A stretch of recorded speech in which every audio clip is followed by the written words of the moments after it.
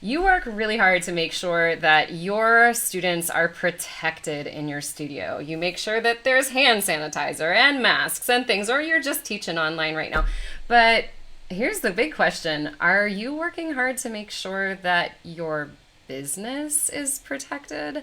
That's the topic that we're going to be discussing today. I have a very special guest that I'm bringing in. We are going to be chatting about legal protections for your music studio or your online music business or whatever kind of amazing music business that you own in the world. We're going to be going through all the different types of legal protections that you need to be aware of so that you can be protected in a legal sense. And so I'm so excited to be welcoming our guest today. Let me introduce her real quick before I bring her on. We're going to be chatting with Michelle Markwart Deveaux, and she is one of my favorite people in the world. She is a coach.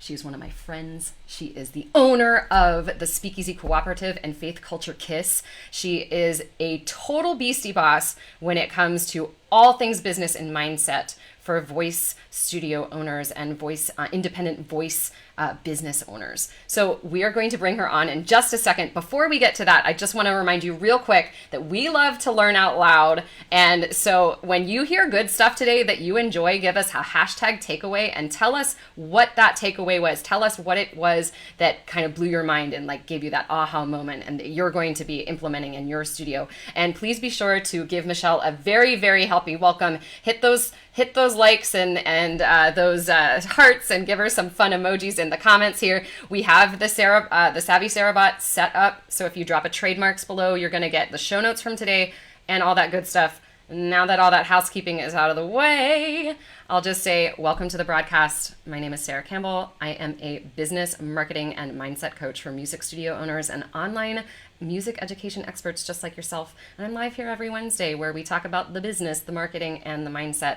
And I'm so glad that you are joining us here, whether you are live with us or if you're watching later on. Please be sure to jump into the comments and let us know where you're coming in from. All right, without any further ado, let me bring in my amazing friend, Michelle Markwart Deveaux. Welcome. Hey. Hello. I'm so good. I'm so glad to be here. You are so good at those intros, Sara. I love listening to your intros. I love watching your face when you do it. You're fantastic. I'm so glad to be here. I'm honored that you would even invite me. I'm so glad that you're here. This is going to be so much fun. You and I have never done a broadcast together. That's so funny. So funny you'd say that, because when I posted about it this morning to like let people know, hey, come join us, I was like, Sara and I talk every day and we have never talked in public in front of people together. So I'm really glad that everyone kind of gets to have a sneak peek on our friendship and our business coaching relationship and our iron sharpening iron relationship. And I'm glad that it gets to be around this because I know it's really important for both of us and our clients. Like both of our client sets are very needing to know this information, whether they know it right away or not. 100%, because like we work with people who teach in one capacity or another, if they're teaching students or teaching teachers or whatever they're teaching. And that's our forte, right? We walk into this thinking like, I'm a teacher and I'm going to teach things and run my business by teaching. But then we discover that there's a lot of other things that we have to get in line. And when we don't have those in line, like all kinds of things can happen. So yeah, it's this beautifulness of the music teaching community that wants to be generous, wants to be kind, wants to share. Yeah. But sadly, your lack of knowledge in what is appropriate to share and how it's appropriate to share and what's appropriate to ask for and use with or without permission sometimes gets a little lost in the weeds. And, I think we've both been in situations where our intellectual property was at risk because we were young, we were new, and we made some legal mistakes ourselves. And that is one of the reasons why it's so important to us to talk about this today and then to have Joey come and really bring his expertise on Monday, because we're not lawyers. So hashtag not lawyers. Hashtag not lawyers. I'm going to Cool. pause for just a second here. And one, I've got lipstick on my teeth, and that we just can't have that happening. No, no, no. Oh, okay. I thought it was something on my screen. No, it's like, just clean that off. I see so many people are tuning in. I just want to say hello to so many of you. Cheryl, Elizabeth, Cindy, Mary. There's like 30 Hi. of you here. Holly, Sarah Witten is in the house. So is Linda King. Sarah, what's up? And Deborah Simmer just stopped by. Wendy, nice to see you. I see a lot of trademarks popping into the comments. And if you're just tuning into the show, if you put trademarks below, the Savvy Sarah bot will set you up with the recap of today's show, and then also a link to a masterclass that Michelle and I are hosting next week, which we're going to talk a little bit about later, and it's going to be good stuff. So yeah. Yeah. So should we jump right in? What should we talk about first? Let's jump right in. So what we're doing, guys, here is we're going over different types of legal things that you need to be aware of. So we're going to start with business licenses, because there's all different types of business licenses. We've got things, like local ones and state ones, and there's some other ones as well. So let's chat about those for a second. Yeah. Well, I think the most confusing thing is that it's different depending on where you live, who you have to have a business license with. So sometimes you need one for your city and your county and your state. Sometimes you just need one for your city. Sometimes your city doesn't even offer one and you need one for your county. Sometimes your county doesn't even offer one and you only need one for your state. Right? And then the type of business license can change in certain areas based on the legal definition of your business. So we should say this is very United States centric that we're talking. Yeah. Some of it is crossover to Canada. I'm not sure how international your audience is quite right now, Sarah. So I just wanted to kind of clarify that. And then in other nations, there's like a whole other set of rules that you got to learn depending on where you are. So that would be the first confusing thing. So I'm not sure how you frame it to your people, but I say start like a target, right? Start small, check with your city, check with your county, check with your region, check with your state, check with your nation, and see, where do I have to have a license in order to operate my business? And does my business need a license if I'm a sole prop, if I'm an LLC, single member, or partnership? Because sometimes you don't need one if you're a single member LLC, but you do need one if you're a partner, multi-partner LLC, or a partnership. So just really ask questions. Don't ever be afraid to call up the county clerk and be like, Exactly. So. I have a question. Exactly. I love the way that you frame this as like you have to look at it as a target, start small, and then get bigger from there. And like you said, like, don't be afraid to call up a county clerk, or, I mean, if you're not even sure where to go, call your Chamber of Commerce and they'll give you the numbers. And they will. Yeah, that's what they're there for. They're there to help. And most city halls have a small business division. You know, if you're where you live is legally classified as a city, even if it's a small city of 40,000 or 50,000, they're going to have a city hall, and they're going to have some sort of business thing. So you can even go, like, you know, when I first moved here, ranchocordova.com/gov, you know, like city licenses. And those people who are running your local municipalities will often be able to tell you, oh no, you need this or that or the other thing. Exactly. And I'm just typing here in the comments. If you guys have any teacher friends who need to hear this message, let them know right now. So if you want to send this video out to them, if you've got a page that you run, I know there's several people here who run pages for like music studio communities, right? Yeah, so like independent music teachers. So make sure that you let them know about this. Cheryl Lee says, I had no idea about business licenses. And you know what, Cheryl, I just want to let you know, I didn't know about business licenses when I first started either. I didn't know, right? I mean, you don't know what you don't know. Sarah, seriously, like, can we just say to everyone listening right now, do not be fooled by people who happen to have their act together farther along than you do. At some point, they had no freaking idea what was going on. No one pops out of their mama's body understanding the legal implications of running a business. So give yourself all that love, give yourself all that grace, and be like, I don't know about this stuff yet. Exactly. And then you will. Yeah, and then you will. So like, just to kind of recap that point, we have starting at the local level, and I have to say, Michelle, like I was like laughing inside when you're like, even if it's a small city that only has 40 or 50,000, and I'm like, because what? West Middlesex has 900 people in it.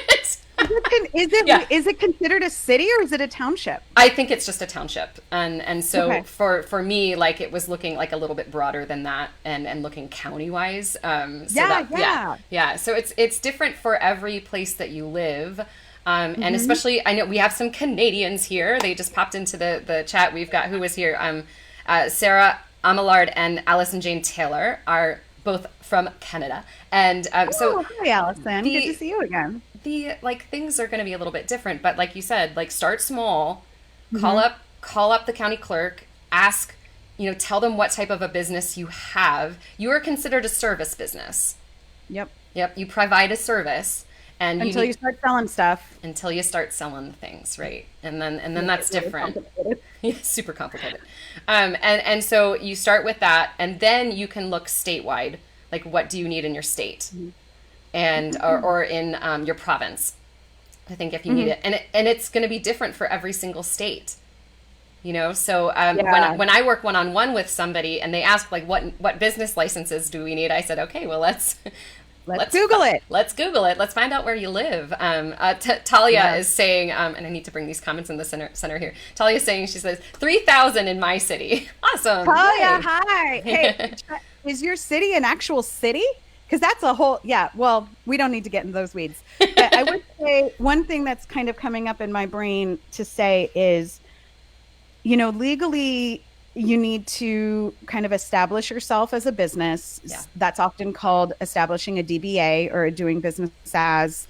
That usually happens at the county level. Oh no, I'm frozen. Oh, we're back. Get a little glitchy. Are we back? I think we're good. Okay. Yeah. That usually happens at the county level or the state level. And then there's a process that they will take you through very generously. They'll hand, you've got to like post it in like 5 newspapers or something. They will have all that information. They'll like hand you a piece of paper and be like, here's who you pay, here's what you do. And so, the government wants you to be legal and successful, because then you will pay more taxes. And they will have more resources in order to fund your city or your county or your state. So they're gonna help you. They're not gonna be asshatty about it. No, it's true. They're there to help. That's their job. And I see another question popped up in here, and we should probably answer this. So Cheryl asked, what is a single LLC that Michelle said? Okay. So it's actually, I'm gonna just correct the language a little bit just so you're not confused, Cheryl. It's a sole proprietorship is a business that in this is United States language. So a sole proprietorship is a business where the individual and the business are not separate. So on your taxes, everything that you bring in from your business is looked at as income, rather than your business being taxed separately from you. And you do not have legal protection if you were to get sued or something from the suer to ask for your personal assets as compensation for whatever you got sued for. So for literal example, if you are a sole proprietorship, and this is a great segue because then we can go into insurances. Exactly. And actually, we should talk about these two things, and then we get right into insurances, because this is important. So, it's perfect. So the sole proprietorship, for example, let's say I give someone bad advice, I don't have insurance, and someone sues me. If I am a sole proprietor, they can take my house, they can take my kids' college funds, they can ask for my retirement, they can ask for the money out of my own personalness. Right? My sole proprietorship. Once you get into once you decide to get a limited liability company, that is not a tax designation, but it is a legal kind of umbrella that you can become.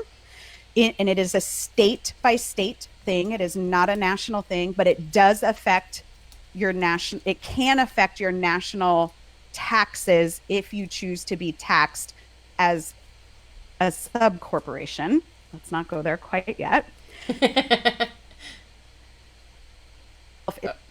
is not a tax thing. Yeah. That is a legal protection that we put on ourselves that separates our personal assets from our business assets. So if we were to get sued, for example, then I could have them take my work computer and my piano, but they couldn't sue me for my kids' college fund because they are now separate, because I am protected by a limited a piece of paper and a designation that makes me a limited liability company. Depending on where you live, this can be a very expensive endeavor. In California, it's expensive for me to be an LLC. In Arizona, it's like $50 a year. It's like silly cheap. So different financial advisors will give you information about like what they think is an appropriate revenue to be bringing in for those two levels. And I think it depends on the state you're in and how cheap the LLC is to maintain. And I'm glad that you brought that up, that, again, it's different in every single state. I see that our video is glitching in a second. I know. I think it's going to catch back up. We love the internets. But, yeah, it's different in every state. Like you said, it's really expensive in California, whereas in PA, like, it's not. Sorry. Yeah. And in some states, I believe it's actually like a one-time fee versus other states where you're having to renew it each year. So that LLC just gives you that extra added protection. And it's something that I highly suggest for almost all of my clients, because once you get to a certain point of income, and if this is a certain percentage of, like, let's say your household income, you really do want that to be protected. And if you're shelling out like $50 or like $400 a year in order to have that protection, it's going to be well worth it in the long run, because like you said, if goodness forbid that you would get sued, the likelihood is small, right? But if you were to get sued by a client, then you would have that extra level of protection, and you would not be, they wouldn't be able to dip into the college funds. I just got to say, pause for a second here and say hello to Dean Jacobs. He is a friend of mine. We were professors on the semester at Sea cruise ship, and he's an inspirational speaker, and he is getting certified as a I believe it's a confidence coach, or it's fun. Awesome. Yeah, it's super fun. So Dean, it's really nice to see you. Okay. Yeah, Charles says, thank you for explaining the terms. Karen asks, like, what level of income what might we consider going to LLC?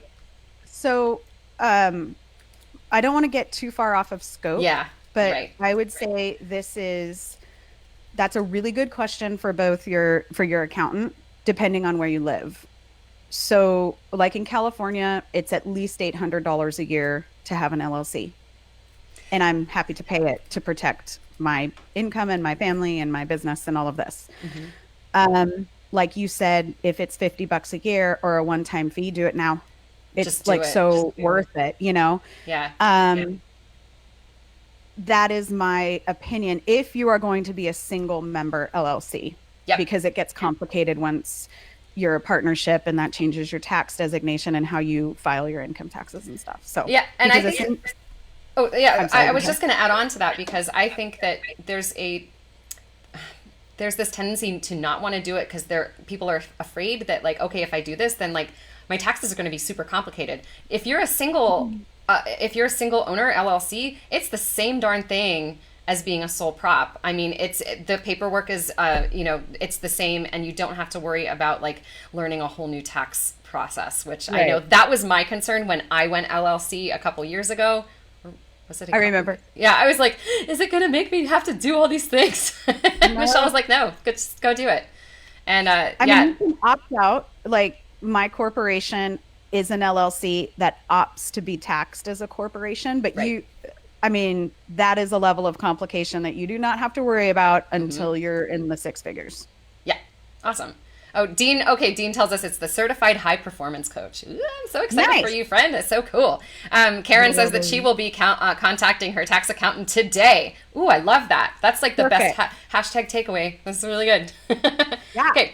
So this gives us, and Nicole, I see your question there about dividing business and personal assets. I think that's a larger conversation, but I'm glad that you posted that there and that you're thinking about it. So maybe we can come back into the comments and chat. So this gives us a good segue because we just talked about like clients suing, right? So let's talk about that. How can we protect ourselves from getting sued? Yeah.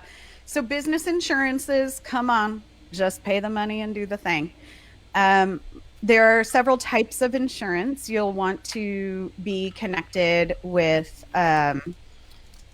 an insurance company. Many, NATS, which is the National Association for the Teachers of Singing, they're kind of in cahoots with MTNA, which is something that I don't remember the acronym, but it's Music Teachers National Association. I was just thinking about, that's it. Is that it? Mm-hmm. They have access where you can kind of go digging and find out what insurances they recommend. Hiscox is a great one that can do service-based industries. You want to spend the time and the money filling out. So the first kind is general liability. That's kind of in an interesting place right now. And you really, especially because of COVID and stuff, you really want to start asking questions of your insurance company about what they will cover and what they will not cover, especially if you're choosing to own the risk of in-person lessons and in-person events.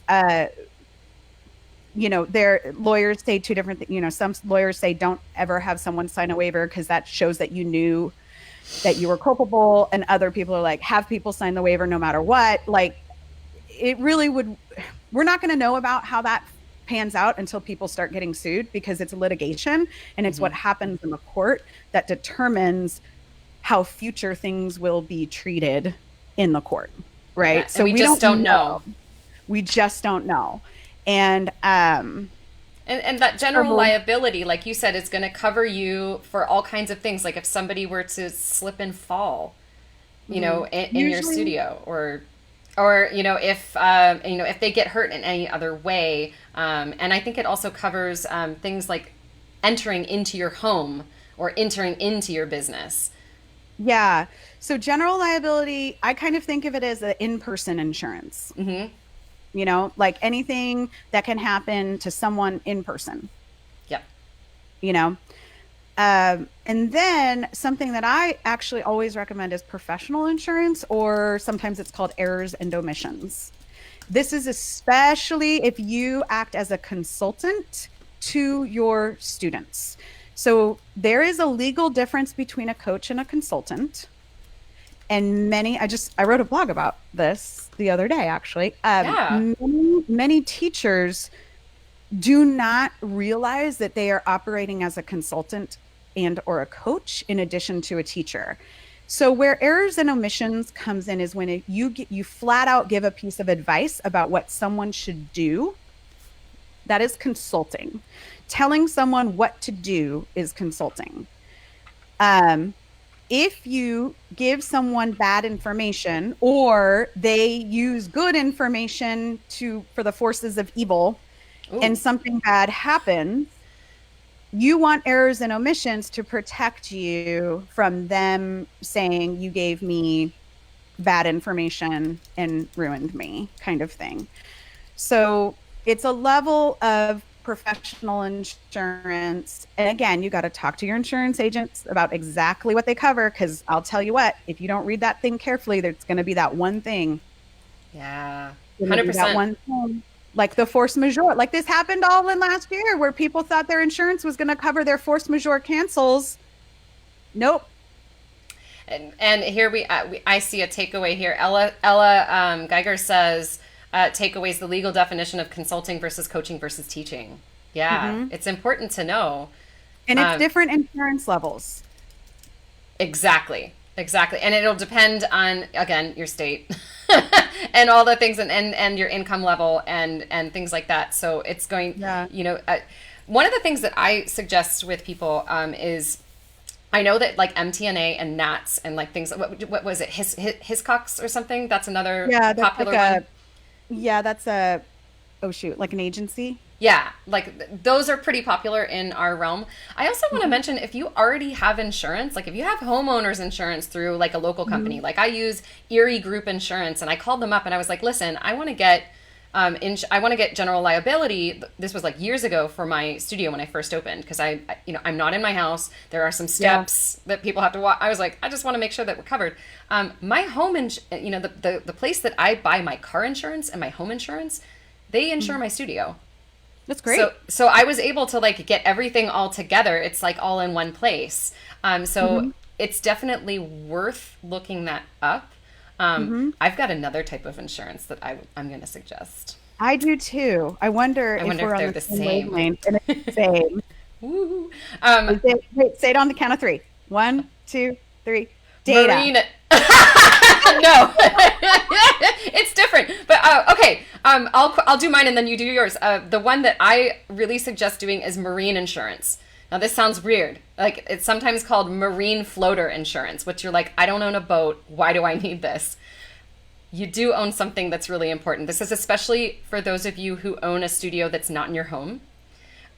This is Mm. for the big stuff. So, like, when I invested in a grand piano, that was the biggest investment I'd ever made in my business. And I was thinking, what, like, worst case scenarios were popping into my brain. Like, what if my studio flooded? Or what if, like, a pipe broke above my studio and, like, my piano got ruined? So again, I called up Sally, called up Yeah. my agent. I was like, Sally, I have questions, and she said, okay, this is what you need. It's called a marine floater, and what it does is it will cover for big items in your studio that can be moved. So it's something that's movable. That's where it comes the floater Interesting. thing. So That's so interesting isn't that because they do fascinating? that. It is because so here's a great example, right? Because my insurance, we just add writers. Mm-hmm. And so, like, you could also ask, in addition to the marine big stuff insurance, you can also ask if your particular company wants you to add what's called a rider, rider, where it like is a specific line item of a big thing, and you pay like a little bit extra or whatever just to cover that particular thing. That's great. That's great Yeah. So news. I You have to maybe own the building, or is it like you can be you leasing don't. the building? You can be a Great. renter. Like if you're renting, then you can get that insurance that way. So I'm assuming then that the writer insurance would be like the equivalent of that. And again, not a lawyer, not a Not a lawyer, not a hashtag lawyer. not an insurance agent. Phew. Exactly. And that would be for like you could add that under a rider coverage, rider insurance in your home. Karen Clark mentions that she has musical instrument coverage. Yeah. Okay. And Cheryl Lee says I have rider insurance for my Steinway Grand. Perfect. Exactly. Great. That's what we're looking for. I see back here Travis Rivera is here, and he said, "Oh my God, I'm a bit overwhelmed, but thankful for this information." We're thankful that you're here, Travis. I love Travis. Hi, Travis. Yay! Yay! Yeah, I mean, take it slow. You Yes. don't have to, Rome wasn't built in a day. Hmm. Exactly. Can I talk about data breach and surge, please? Yes. Please talk about. I want to know about this one. I'm Yeah. curious. So, Sarah, I think you should get this. So, Crap. by the way, okay, here's the deal, y'all. We're all online all the time now. And with things like MMS, Acuity, 10 to 8, Stripe, Yeah. all of this online information that's going potentially through your website. Yes, all of those companies have their own insurance. All of those companies are paying for that. But I want every business that is taking any sort of data from any sort of customer through their website and storing it on their website servers to have data breach insurance. Ooh. So what this insurance does is if there is a data breach, the insurance, depending on for how much you insure for, helps cover the cost of fixing the breach. And if there's any monetary damage because credit cards are stored on your site or something like that, or any monetary damage because of the data that was gathered from your site, it helps like cover those damages. It helps cover basically putting it all back right again. Now, um, I am a little bit of a more better safe than sorry type person with my business. So I have this, even though the data that I do gather on my site is not going to be the kind of data that's going to let someone steal anybody's identity, because I have kind of APIs that connect it to, I purposely choose companies that protect me in that way. But, I think that a lot of people don't understand the legal implications of their websites. And, people think, okay, I'm going to throw up this website. They don't have a privacy policy. They don't have a terms and conditions. They don't have an affiliate disclaimer. They don't have a cookie policy. And all of those things are legal needs if you have a website. Yes. So, I just accidentally transitioned us again. Yeah, that's okay. And I see a couple of questions. Well, let's pop into those questions real quick. Yeah. So I think like the data breach thing is super important to know. And so let's kind of define, because Dean asked, how do you define what's on your site? I think the biggest thing that comes to mind is like for Michelle, like you run a membership, right? Yep. Michelle is the owner of the Speakeasy Cooperative. It is an amazing group for voice teachers and independent voice business owners. And you have a membership part of your site that has, it's on WordPress, so it's using LearnDash, and it does have data, actual data that's in the website. So if you run a membership, I think 100% you need to have that data protection. I do not store any financial information on my site. So like someone could breach my servers and not get any financial data, but they could absolutely get addresses. Yeah. They could get names, gender identities. We have like, the member profile area. So anything that's the member profile area. And that is in the terms and conditions when you click to join, that this is protected, right? Like I also pay a lot of money for security, just so you know. like oh yeah. All those, how expensive securing your website could be. Those plugins add up quick. Yeah, they do. And I'm happy. Yes, happy to do that, of course. But so I would say, Dean, like figure out what are the things that are going to be stored on your site versus what is being used through an API. So if you're savvy enough to ask that question, I'm going to assume you know what an API is. And that is, so I would say if you have any sort of form gathering on your, like you could look it up in the back end of your website, that's data. If you can't look it up in the back end of your website, that's probably under another company's, legal stuff through an API, but still, right? Yeah. Especially now, because everybody is going online without thinking about the implications of being an online business. And everyone literally just turned into an online business, whether they liked it or not. And they have to know the difference. There's a difference between a brick and mortar and an online business. Yeah. Especially if you're storing things, right? Oh, Dean is setting up his business through Kajabi. Ooh, good choice. Nice. Yeah, that's a great thing. Ask about it. Ask what they do about data breach. What does Kajabi do if they get breached? Yep. And then how do they, I don't know, is Kajabi the actual payment gateway, or do you have to connect it to a payment gateway? I don't remember. I believe that you connect it to a payment gateway. I might be wrong about this. I have a couple clients that have Kajabi courses. I believe that they connect them to something. You can connect it to PayPal. You can connect it to Stripe. I might be wrong about that. APIs. Yeah. Cool. And just nice. Well, congratulations. That's super exciting. I can't wait to see your stuff. That's really good. And he says thank you. Yay! All right, awesome. So we've gone through like a quick recap for those who are kind of joining in late. We've talked about legal business licenses that you need at the local and state levels. We've talked about the difference between being a sole prop and an LLC. We've talked about different types of insurances that you need. And what was our fourth item? You said that we had a segue, and now I can't remember. Oh, because I started talking about the data breach, which was insurances, but then that leads us kind of to consider online stuff, which goes into intellectual property, which will then go into trademarks and copyrights. Look yes, what I did. You did it. You're so fancy. This is what, man, we should do shows. We should do shows more often. This is far more fun.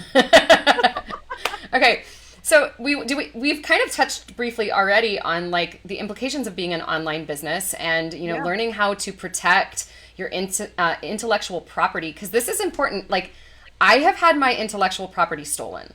Me too. And it does not feel good. And in fact, mine wasn't like, there were a couple things that happened. Like once it was, I found a teacher who had basically taken my entire website, like all of my policies, all of my like lesson descriptions even, and just used them verbatim. And That was silly. it was silly because when they did that, they actually copied the links and like it had Sent everybody to you anyway. sent everybody to me.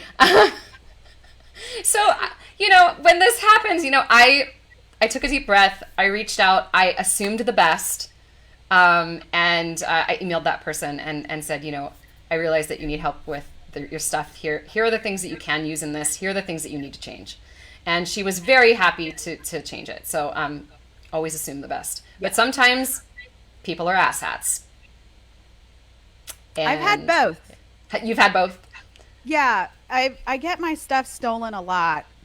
When it first started to happen, I was like, Yeah. it was very hard. But now I'm just like, oh, okay, I know how to handle it now. And like you said, assume the best. Because, like we were saying at the very beginning of this call, most music teachers don't even realize that they're stealing something. Mm-hmm. Like they think like, oh, well, that's on the internet for public everybody. I can use that and that's helpful and that's good.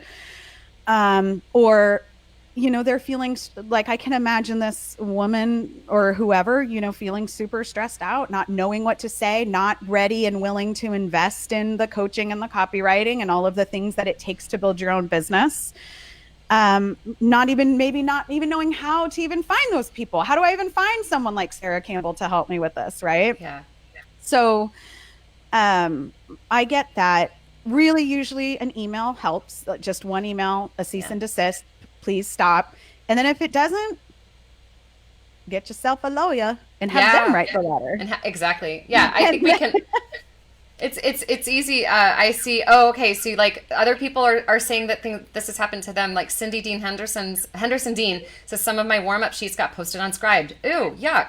And hey, Jennifer Fox is here. She's amazing. She said that happened to me as well. You reminded me that I still need to contact her. Oh, I'm so sorry, friend. Like, I get it. Like I had a client 2 months ago who somebody had basically copied one of her workbooks verbatim. It had like all the same images. It had all the same things. And it's like, this is not okay. And like Michelle mentioned, this is kind of a rampant problem in I would say the education community, because that's good. We share a lot, right? We put a lot of things on Pinterest. We share things on blogs, and there can be this area where people feel like it's a gray area because they don't like, maybe they haven't paid for something from you, or maybe they did pay for something and they just assume that they're allowed to use it. And so that's where we need to get into like a different level of protection. And there's our segue. Yeah. I think people don't even know how to define intellectual property either. So I think this will be relevant for the trademarks and copyrights thing, right? Yeah. People's faces are their intellectual property. You can't be like doing a masterclass or a webinar with someone without express permission to record that thing and post it somewhere. And I see this happen all the time. And it happened early on in my business. Like we literally had a person, not malicious at all, just out of ignorance, take something from inside Speakeasy and use it to promote something outside Speakeasy, with people's faces and comments and imagery. And it was like, friend, and it was a hard conversation because that person was in a place where they didn't understand why it was a big deal. Yeah. And it's like privacy is huge right now, y'all. I have one of my closest friends, her name's Amy. I'm actually going to have her come to Speakeasy next year. Ooh, she's fun. a privacy expert, international privacy law expert. So ooh, get ready for that. That's going to be fancy. And she's like, y'all, it's a it's changing fast, and people are locking down the privacy more and more and more and more. And so, and if we're going to be online and sharing things on Facebook and all of that, we got to know what intellectual property is. We have to know what privacy is, and we have to be careful. You can't just do something because you think it's going to be fun. Yeah. You have to build, well, and it's important to just build the awareness first, right? To understand that permissions are important and privacy is important. So when it comes to, protecting your own intellectual property, whether it's, let's kind of define what that means. Like, what is intellectual property? No, you're fine. No, and I'm so excited for Amy to come and talk to us at Speakeasy. Side note, if there are any voice teachers here who are not in the Speakeasy and they want to learn about it, please give me a Speakeasy below, and I am going to private message you and hook you up with Michelle so you can learn things, because we're awesome. Yes. Or you own a business, or you are a voice person that owns a business that works with voice teachers. Mm-hmm. Or you're a voice teacher and you've got another revenue stream that maybe doesn't have anything to do with voice. Yeah. You've got tons of people in there like that too. So that's cool. Anyway, intellectual property. I would say anything you create is your intellectual property. Your blogs, your workbooks, your worksheets. I'm typing these. Yeah, there's a gray area with your Facebook Lives because technically Facebook owns it. Yeah. If you download it, though, if you download that live. The downloaded live is your intellectual property. The live that lives on the Facebook website is not. It's not, yeah. Any sort of training you do, any workshop you give and that you've created. I learned that one the hard way. I gave a workshop at a top level university, and within a year, people were telling me, there's someone teaching your workshop at the university. They took your workshop and now they're teaching it. And I'm like, that's so gross. That's so gross. There's blind leading the blind, but okay, whatever. So I learned that the hard way because I did not copyright that particular workshop yet. So it's I can be like, hey, asshole. Right. But, sorry. I don't know. No, you're fine. We can swear here. We can swear here. No, and if that happens, when we prove first use and things like that. So there are ways to retroactively do it. Sure. Yeah, for sure. Can you think of anything else? I think the tangibles, the downloadables, lead magnets. Yeah, I think lead magnets. Classes, the actual classes, the outlines of the classes, the videos of the classes. Right. So all of those things, and we could think physical things too, right? So if you've made let's relate it back to people who make sheet music. If you're a compositioner, if you're a composer. I'm just gonna make up some words here. If you're a composer, or if you create games and things like that, physical games. Yeah. I know there are some people here who have, made card games, and things that are, you can actually purchase them on Amazon, and it's so fancy and cool. I'm thinking also about I've made digital products such as t-shirt designs or other things that you can do for your studio. So there's all kinds of different things that would be considered intellectual property. Mm-hmm. And then depending on what kind of intellectual property it is, that's what Joey's going to teach us about if you need a trademark for it. Yes. Or it's copyright, because those are two different legal protections with two different goals. And Dorla just asked, where do we sign up to learn all of this? Guys, if you haven't already put if you put the word trademarks below in the comments, this is where we're going to be talking about that. And we'll talk a little bit more about that in just a second, but let's continue. Sorry. Yeah, no, just, trademarks are generally for names. Registered trademark is, I feel like we should just wait for Joey to say it since he's the expert. He's the lawyer. Yeah, he's more aware than we are. But they have different roles in your business for different things. So maybe I could say it this way: that cute, fantastic little logo you have above your noggin would be trademarked because it is because your trademark. That's my bug. It's called a bug. I love it. Did you know that? Yeah, it's not a logo, it's a bug. That's what it's called, a bug. Yeah, it's so weird, but yeah. Well, because I have my logo, and then this is my bug. Which anyway, is like keep going. A baby logo. It's a baby logo. It's like a baby. Your logo had a baby, and that's it. And that's what it looks like. It's like a kitten to a cat, a lion. Your logo is your lion, and your little bug is your kitten. Is your cub. Is your cub. Wow, we've really gone off the deep end now. Let's keep going. Yeah, so that would be trademarked because it is a mark of the trade that she does, right? Like it is a thing that symbolizes her. Yeah. Sara's branding boot camp, however, has a bunch of workbooks that go with it, and those things would be copyrighted. Mm-hmm. So, and then music is copyrighted a little differently as well. Why don't we just let Joey talk about it? Yeah, we'll let Joey. I think it'll get in the weeds. Exactly. Yeah. And I know a lot, for those of you who are here right now and you have workbooks and you have music and you're like starting to feel panicked, I want you to pause, breathe, and take a breath because you are actually, I'm going to give you a little secret right now. And I know Joey's going to talk more about this. You actually already have a copyright on your stuff without even doing anything. Yep. So breathe easily. Know the word first use. Yeah.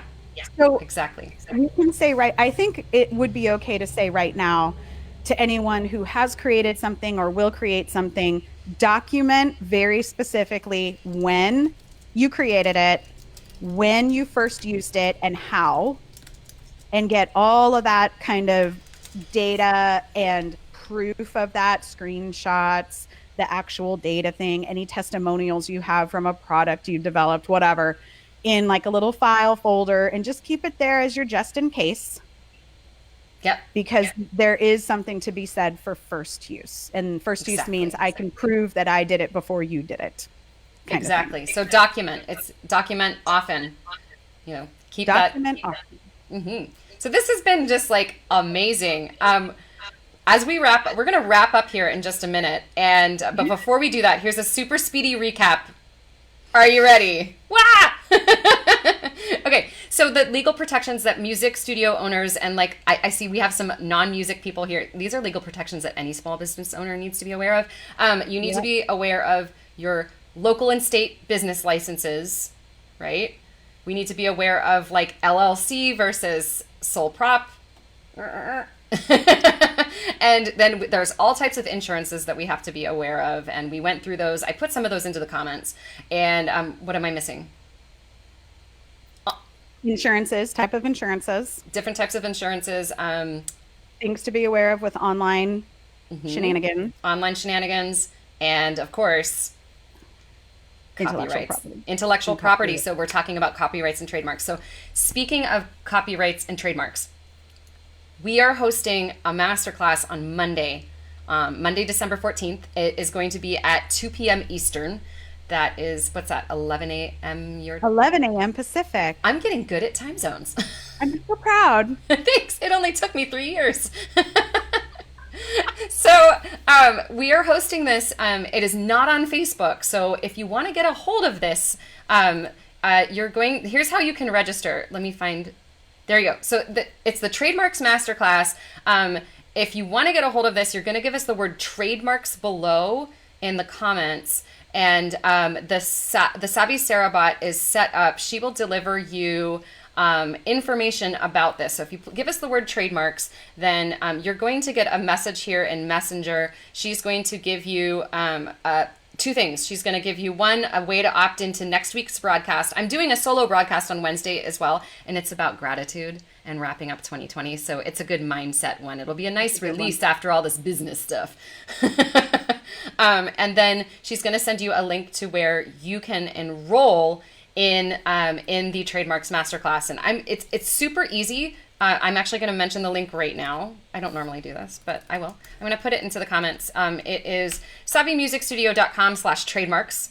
And that is where you can enroll in Joey C. Vitale's masterclass And I've been to it. It's awesome. He teaches you what he calls his RAD method, R-A-D, because he's cool. And he's going to walk you through like what you need to know about trademarks and copyrights. And it's a really great class. I hope that you'll be able to attend. It'll be really fun. So, yay. Awesome. Michelle, thank you so much for doing this with me. This has been a blast. It's amazing. Kidding? Thank you for having me. This is so much fun. We talked for 50 minutes. I'm like, we'll just do half an hour. Right. Impossible. Totally impossible. Okay, so guys, please let's give Michelle a round of applause here in the comments and give us some hearts and likes and things like that. If you enjoyed today's broadcast, please let your teacher friends know about this. It is so important for us all to be protected legally, and this advice is not something that you should keep to yourself. So if you want to take a moment and sprinkle this video amongst your teacher friends, they will thank you for that, because you are giving them the power to protect their business and their livelihood. So please do let them know about this. I see all kinds of good things in the comments. Thanks. Oh, thank you, Grace. Nice to see you. Margaret, Shirley, Heather, McKenna, lots of people here. Mary had a quick question. The masterclass on Monday, yes, there is a replay, but it's only available if you register for the class, and it's a limited time replay. So you're going to want to jump on that. Okay. Like while the iron is hot. Exactly. So Michelle, thank you so much for being here with us. If you want to find out more about Michelle, where can they find out information about you? Well, you can boop on over to my Facebook page and I don't have Fancy Bot yet because Sara hasn't built it for me yet. I'm going to do it. It's coming in 2021, right, Sara? Yes, exactly. Maybe. So you can group on over to my Facebook page, which is Faith Culture Kiss Studio for Voice and Acting. You can find me on Instagram at Faith Culture Kiss, or you can head on over to my website at www.faithculturekiss.com. We are here to help you out, answer questions for you, and also get you the support you need in a group, because we believe that collaboration is key. It is. So, and look, we're proof of that right here. Proof. We really do. You know, Sara, I gotta say, one of the things I love working most about you is how you know how important it is to me to live out my values in my business, and I know how important it is to you to live out your values in your business. And when we do things like this, I get excited because like this is it. This is a rising tide raises all ships. This is collaboration is key, and this is growth mindset and abundance mindset in action, modeling that for the world in a field that is traditionally not full of those things. So thank you very much for hanging out. Thank you. It makes my heart happy. I have we rise by lifting others. That's one of the things that's up on my wall, and it's because I've learned it from you. And so thank you for joining me here today. Thank you to everybody who was watching. Again, if you want to get a hold of that masterclass, give us a trademarks below. I will be back next week on Wednesday. We're going to be talking about gratitude at the end of 2020. And so thanks for being here, guys. My name is Sara Campbell. I am a business marketing and mindset coach for music studio owners, and Michelle is freaking awesome, and I'm so glad that she was here. So I really hope that you guys will join me next Wednesday. In the meantime, stay savvy and stay you, because you're an amazing teacher. Yes, you're an amazing teacher, and there is nobody else in this world like you. So we will see you guys next week. Bye. Bye, everybody. Bye.